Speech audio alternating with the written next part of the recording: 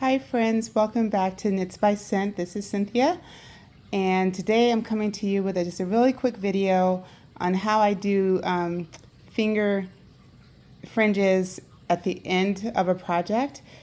I made them on a different scarf I made a while ago, and I should have brought the one I did most recently.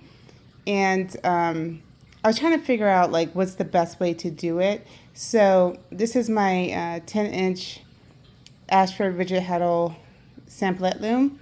So what I did was when I got to as far as I wanted to go with the warp in the project, I just took some spare yarn and just gently bundled however many strings, however many you want to bundle. So I did like sets of 4 for the most part, like a hole in a slot for each, right? So it's actually 8 strings. I didn't tighten it because I need to be able to move the heddle rather up and down. I got too many things in the way here. Let me move that so that I can, still get to the shed easily. So I didn't do that before. This is the first time I'm trying this, and so far I like how it worked. I did the 2 ends already, and I used my tiny little shuttle sticks that I got from Maryland Sheep and Wool, and then I'm using my Navajo beater. I got this from the Woolery. All right, so right now I'm working on these 2 sections. I had already started, so you can see here. And by the way, I'm using the neck.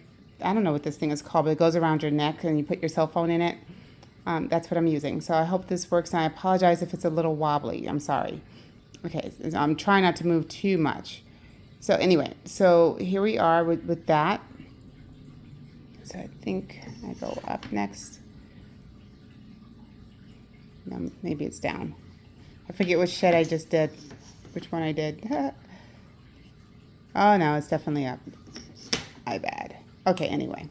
So here we go. So the shed is not very wide, but that's okay. I know that I have 4, actually this one I have 5 strings up because the middle is going to be wider than the rest of them. So I just, slide it through, bring it down. And so because I already did the ones on the ends, I cannot bring I cannot bring the heddle down to beat these width. Now, if I was doing them all at the same time, I could probably do that. I don't know how well that really works. I'm trying to remember the last time, I think when I did it on previous scarves, I think I may have tried it initially and I found it to be a little bit awkward. So I usually either will just use my finger to press it down, or use one of my other tools that's a beater to beat down the yarn. So I just do that for so long, and then I need to start tightening in the sides. So I just basically pull the string a little tighter to make the ends taper into a gather, so that when I get down to the end, I can just pull it a little tight, squeeze in one more pick, and then loop it around through the hole and out. So that's how I am doing my finger fringes at the end of the project. To do it in the beginning is much easier because you separate the warp either by tying on or lashing on, and so you have your separate sections, and it's much easier to do. At the end, you have, unless you did sections all throughout your project. I didn't. This is just plain weave all the way through, no holes or anything. And you can weave holes into your project. I've done that with my sash that I wore to Maryland Sheep and Wool. That was kind of fun. It's a little time consuming, but it's fun. So anyway, so at the end you have this straight line of weave, and it's okay, how do I separate them to do the finger weaving at the end? And that's what I came up with today. I was I'm going to give this a try I happened to have some spare string right next to me, which was great. So then, not that I don't have any anywhere, Lord, please. I just asked my husband, and I keep knocking down my head all. Anyway, so yeah, so just section it off, just buy little bundles, not too tight, so that you can work your shed and get in between there. And you don't have to have, oh gosh, I'm sorry, that's unwinding. I'm going to pause this because I'm going to have to pick that up. Hold on. Okay.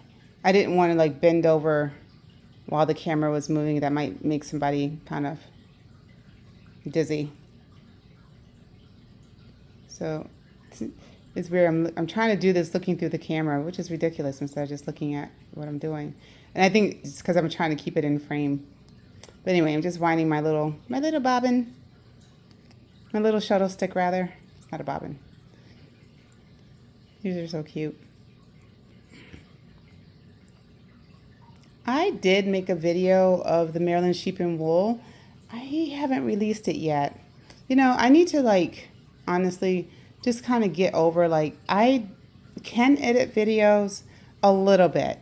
One, I don't really want to buy a whole bunch of software programs and stuff like that. Like, I'm not, I've said this once, I've probably said it a million times by now. This is not my livelihood.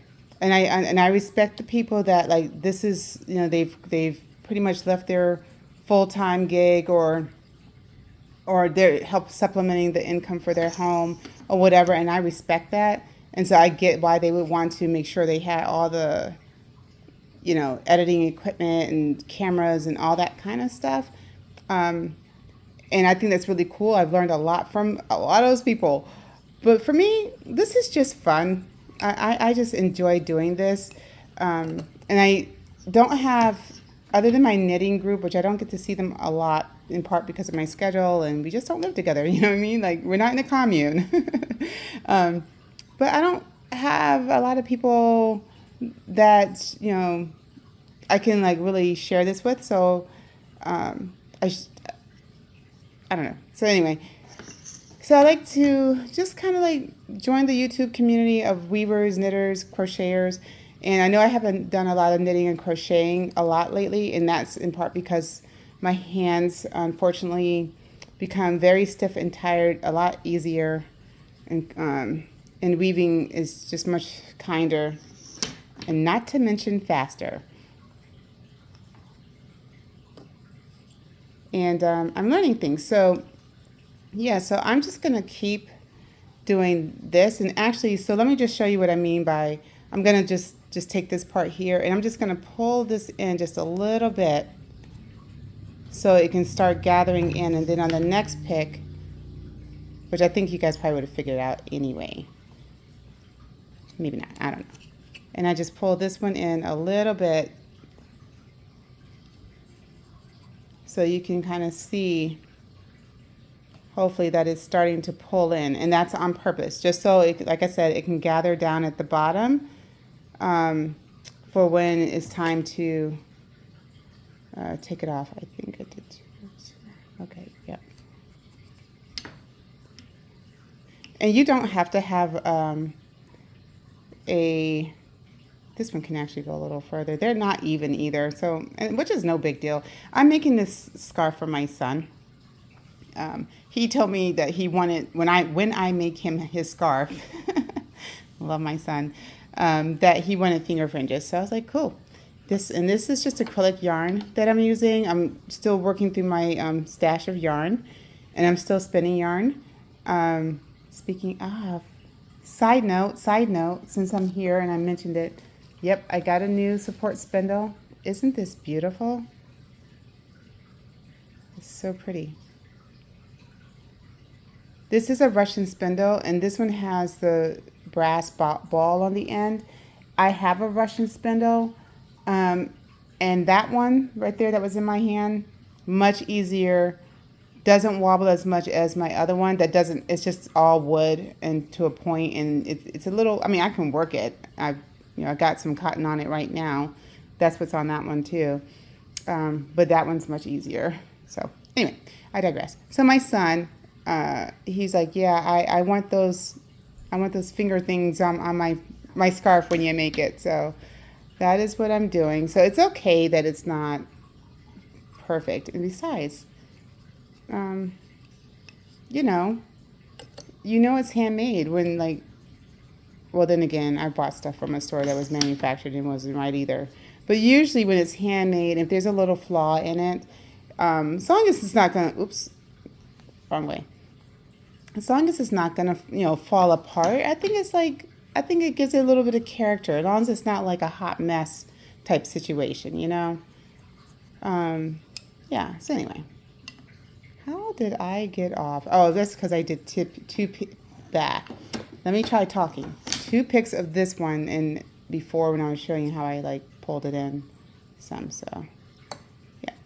All right, y'all. That's all I wanted to share with you today was like how do I do my finger fringes at the end of my project.